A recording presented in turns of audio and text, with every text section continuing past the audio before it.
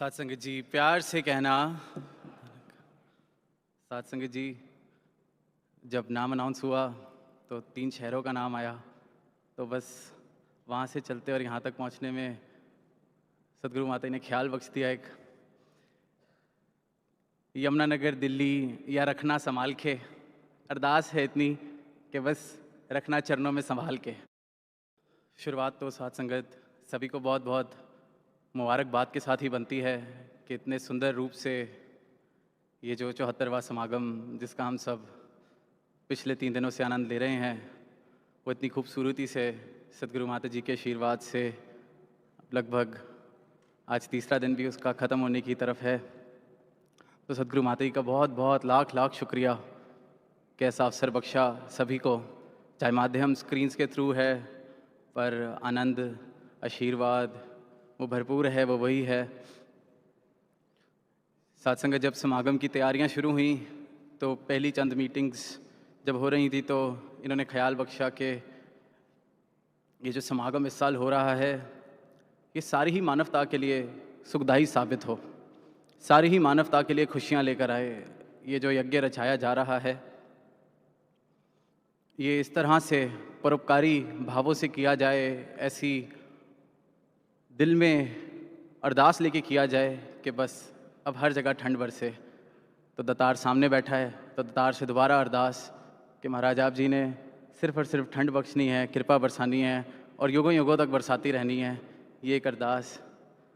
और साथ संगत विश्वास, भक्ति, आनंद, इन 3 शब्दों के ऊपर पिछले 3 दिन से स्पीचेस, गीत, आज कविताएं, तो बहुत ही एक गहरे रूप में, गहरे तल पर जाकर बात की जा चुकी है, भाव दर्शाए जा चुके हैं। तो कहने सुनने को बाकी तो कुछ नहीं रह जाता, पर सेवा लगी है दास की, तो इन्होंने जो बुलवाना है। विश्वास की बात साथ संगत हम सुन रहे हैं, तो विश्वास बौद्धिक तल पर भी अक्सर किया जाता है, एक बुद्धि के लेवल पर, इंटेलेक्ट के लेवल पर, और वो सिर्फ़ और सिर्फ सदगुरु पर नहीं। ऐसी बहुत सारी धारणाएं हैं, ऐसी बहुत सारे लॉज ऑफ द यूनिवर्स हैं, बहुत सारे ऐसे रिश्ते हैं जहाँ पे मेरा विश्वास है, पर एक बौद्धिक तौर पर, बुद्धि के लेवल पर, बौद्धिक तल पर। और अक्सर देखा जाता है कि बुद्धि का काम यही है कि आज तो विश्वास है जिस चीज़ पर, फिर बुद्धि ने उससे बड़ा होकर दिखाना है, उस चीज़ को या तो डिसप्रूव करना है या अपने आप को उससे ज़्यादा समझदार समझना है। बड़ा छोटा सा उदाहरण है कि कभी किसी डॉक्टर के पास जाना हो किसी कारण, तो बड़े विश्वास के साथ जाया जाता है कि ये दवाई देगा, मैं ठीक हो जाऊंगा, ये डायग्नोसिस कर देगा। 2 या 3 बार अगर जाना पड़ जाए सेम डॉक्टर के पास और दोनों तीनों बार मैं ठीक हो जाऊं, तो चौथी बार से लगता है डॉक्टर तो मैं खुद ही बन गया हूं, अब मुझे डॉक्टर की क्या ज़रूरत है। बौद्धिक बुद्धि का, उसकी बुद्धि पर मेरा विश्वास था, उसकी मेडिसिन पर मेरी बुद्धि को, मेरी मैं को, मेरे मन को विश्वास था, रिजल्ट मिला, विश्वास पक्का हुआ, पर बुद्धि, अहंकार, मन मुझे उससे बड़ा बनाना चाहता है। तो बौद्धिक तौर पर जाहिर सी बात है कि अब बुखार हुआ है, मुझे पता है कौन सी दवाई खानी है, मैं खा लेता हूँ और मैं ठीक भी हो जाता हूँ। पर साथ संगत भक्ति में जिस विश्वास की बात हो रही है वो प्रीत के बिना, प्यार के बिना, समर्पण के बिना, श्रद्धा के बिना अधूरा है। हर सत्संग के बाद धुनी में एक लाइन, मेरा डोले ना एतबार, बख्शो श्रद्धा भक्ति प्यार, बख्श दो। ये अपने अंदर से तो आ नहीं सकती, बौद्धिक चीज़, मेरे मन के भाव तो मेरे अंदर से आ सकते हैं। श्रद्धा, भक्ति, प्यार, इसकी रहम, इसकी रहमत से ही आ सकती है। आज के दिन का जब शुरुआत भी हुई तो अवतार बानी के जिस शब्द से, उसमें भी हमने लाइन सुनी, दर तेरे ते मंगता आया, झोली पा दे जीवन दान, प्यार अपने नाल भर दे कासा, करके रहमत ते एहसान। साथ संगत प्यार मांगा जा रहा है, मंगता बन के आएगा दास तो शायद प्यार मांग पाऊँ। अगर मैं मेरी अपनी बुद्धि के साथ आया तो बुद्धि के लेवल की चीज़ें शायद मांगता रहूँगा, विश्वास भी मांग लूँगा, पर फिर भी शायद वो बौद्धिक, एक इंटेलेक्ट के लेवल तक दास शायद अपना विश्वास बना पाए। उसके बाद मैं इनकी विचार तो सुनूंगा, इनके आदेश तो सुनूंगा, पर अपनी बुद्धि को साथ रख के सुनूंगा। एनालिसिस भी चलेगा। बजाय कि इनके आदेश पे ध्यान दूं, मैं उसकी विचारना अपने मन में करना शुरू कर दूंगा कि आज क्या कहा गया, इसका क्या मतलब है, किस बात से मैं सहमत हूँ, किस बात से मैं सहमत नहीं हूँ। तो जो भी मेरी बुद्धि फ़िल्टर करके मेरे विश्वास के अनुसार मुझे देगी, उतना मैं ग्रहण कर लूँगा और बाकी शायद वो फ़िल्टर आउट हो जाएगा। पर अरदास की गई कि दर तेरे ते मंगता आया, प्यार अपने नाल भर दे कासा, करके रहमत ते एहसान। साथ संगत, ये सिर्फ़ और सिर्फ रहमत और एहसान है कि अगर मेरे जीवन में अपने सतगुरु के चरणों के प्रति प्रीति का भाव, प्यार का भाव आ जाता है। और इससे बढ़कर कोई अवस्था नहीं है जो प्राप्त की जा सकती है। इससे कम कुछ भी है तो वो ख़त्म हो सकता है और हो जाता है।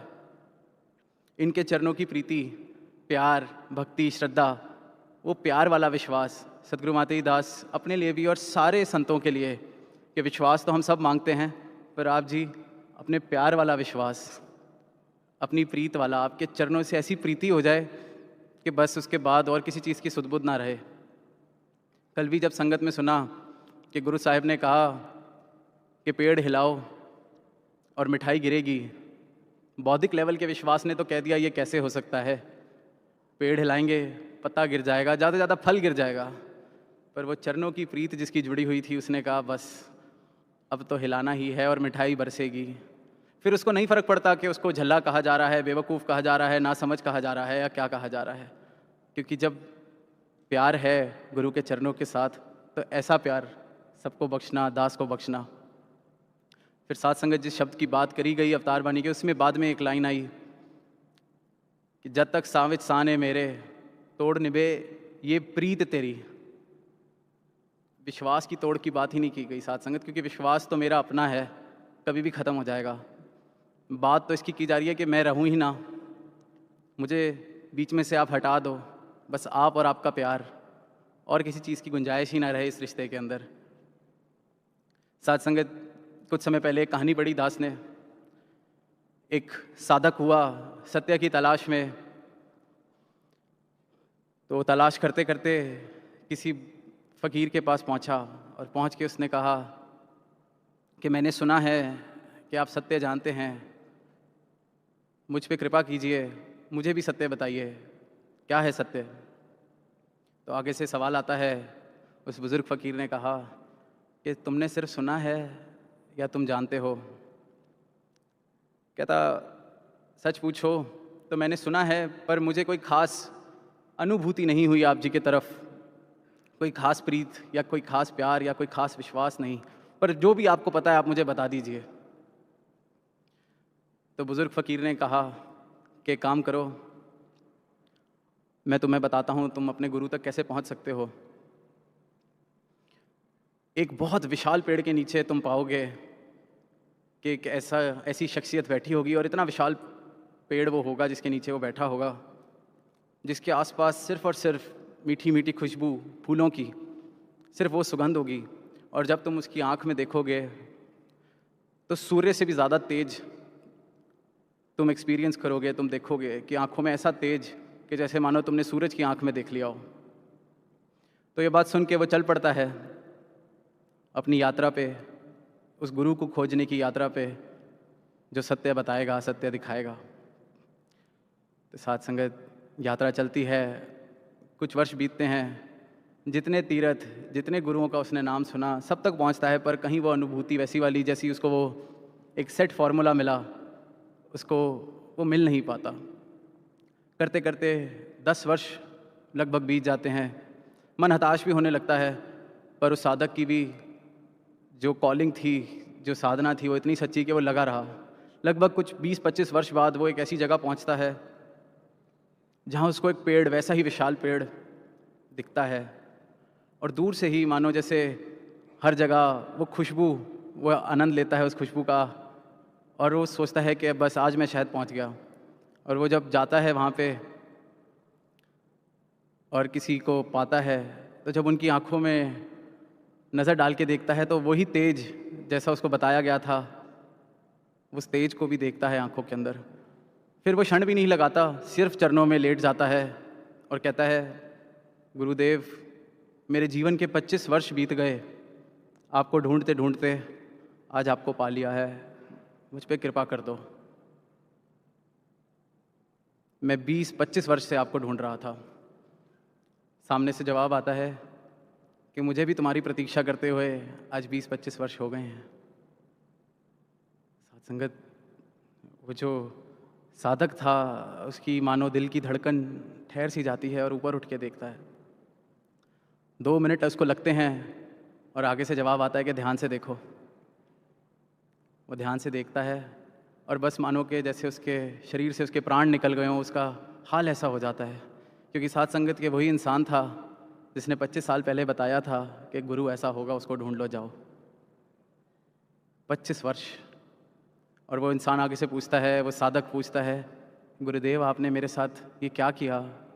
मेरे साथ आपने कोई खेल खेला है या मजाक किया है या ये किया क्या है? मेरे जीवन के 25 वर्ष बर्बाद हो गए। आपने उसी वक्त क्यों नहीं कहा कि मैं हूँ, सत्य जानना है तो आज जान ले।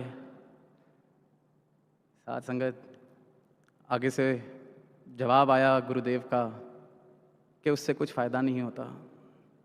आपने खुद ही कहा था कि आपकी ना कोई अनुभूति है मेरी तरफ, ना कोई प्यार है, ना कोई विश्वास है, ना कोई श्रद्धा है। मैं सत्य बता भी देता तो भी उस सत्य पे तुम्हें हमेशा एक डाउट बना रहता। फिर तुम मेरी कही बात को नापते तोलते, कुछ हासिल नहीं होना था। इस 25 वर्ष की यात्रा ने तुम्हें इस लायक बनाया है कि तुम ये जो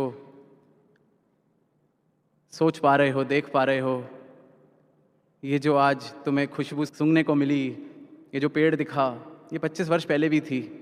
मैं वही हूँ, मेरी आंखें भी वैसी हैं। पर 25 साल पहले तुम ये तेज शायद नहीं देख पाते या देख पा रहे थे, तो सच बताने का कोई फ़ायदा नहीं होता। वो सच सच नहीं रह जाता तुम्हारे लिए।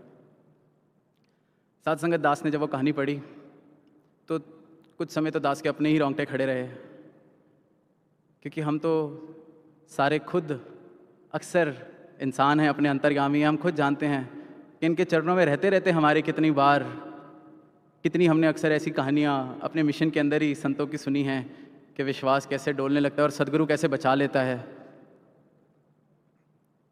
कितनी बार ऐसे सुना है कि शहनशाह जी ने ऐसे किसी को बचा लिया, और बाबा हरदेव सिंह जी ने तो किस किस तरह से, चाहे हम नालायक हो रहे थे, चाहे दूर जा रहे थे, कैसे सबको पकड़ के बचाए रखा हमेशा। और आज भी साथ संगत, बेशक मेरी बुद्धि टेस्ट, अपना तो पता नहीं कुछ कि क्या भाव है, क्या विश्वास है, क्या श्रद्धा है, लेकिन टेस्ट लेने के लिए हमेशा हाजिर कि ये कैसे चल रहे हैं, ये क्या बता रहे हैं, ये क्या कह रहे हैं, हमेशा रेडी। साथ संगत, भाव ये आया कि हम तो गीत में भी कह देते हैं कि कई बार तेरी होन तो इनकार में कीता, बैकोल तेरे नाल तकरार में कीता। इन्होंने तो फिर भी अपना रखा है। अगर ये किसी यात्रा पे भेज देते कि जाओ वहाँ चले जाओ, शायद वहाँ तुम्हारे को कुछ मिल जाए, तो दास तो अपनी बात कहेगा, शायद इतनी तो इन्होंने ताकत भी नहीं दी थी कि इतनी लंबा यात्रा कर भी सकते। शायद कुछ थोड़ा बहुत भाग दौड़ करके कहीं बैठ जाना था और ये पूरा जीवन वेस्ट हो जाता, गवा देते। ये इनका एहसास, ये इन्होंने एहसान किया है कि सब कुछ जानते हुए भी, हमारी दिलों की जानते हुए भी बख्श देते हैं कि कोई नहीं।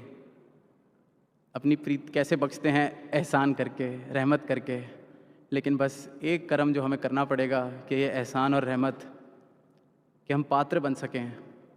वही जो पहली लाइन कि दर तेरे ते मंगता आया, साथ संगत मंगते बन सकें। क्योंकि जब मंगते बन के मांगेंगे तो जो मिलेगा वो रहमत ही है, अपनी मैं को दूर कर सकें। वो कहानी पढ़ी तो यही लगा कि खुद बोल रहे हैं और ये अपनी कहानी है।